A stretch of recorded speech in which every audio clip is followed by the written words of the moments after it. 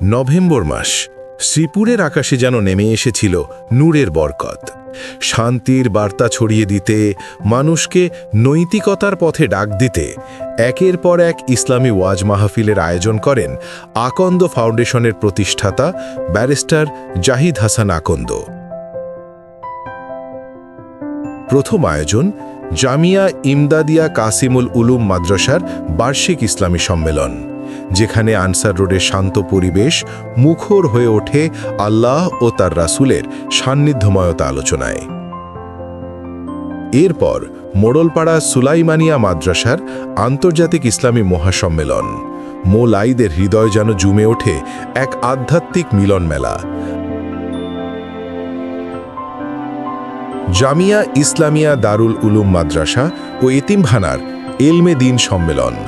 কাউরাইদ মধ্যপাড়ার ঈদগাহ মাঠ যেন পরিণত হয়েছিল জ্ঞান ও ঈমানের সৌরভে ভরা এক পবিত্র অঙ্গনে। লতিফপুর জামিয়া উলুমে শারিয়া মাদ্রাসার বার্ষিক ইসলামী মহাসম্মেলন, যেখানে ধর্মীয় মূল্যবোধ, আদর্শ জীবন, নৈতিকতার গুরুত্ব সবকিছু নতুন করে ভাবতে শেখায় মানুষকে।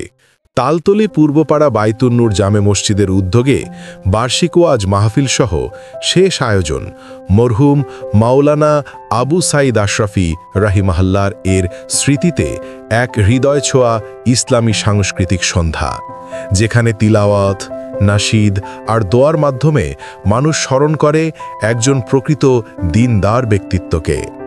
এক মাসে ৭টি মাহফিল, একটাই উদ্দেশ্য, শ্রীপুরের মানুষকে সত্য, নৈতিকতা, ভালোবাসা আর মানবতার পথে ফিরিয়ে আনা। আকন্দ ফাউন্ডেশন বিশ্বাস করে দিনের আলো ছড়িয়ে দিলে সমাজ বদলে যায়, মানুষ বদলে যায়।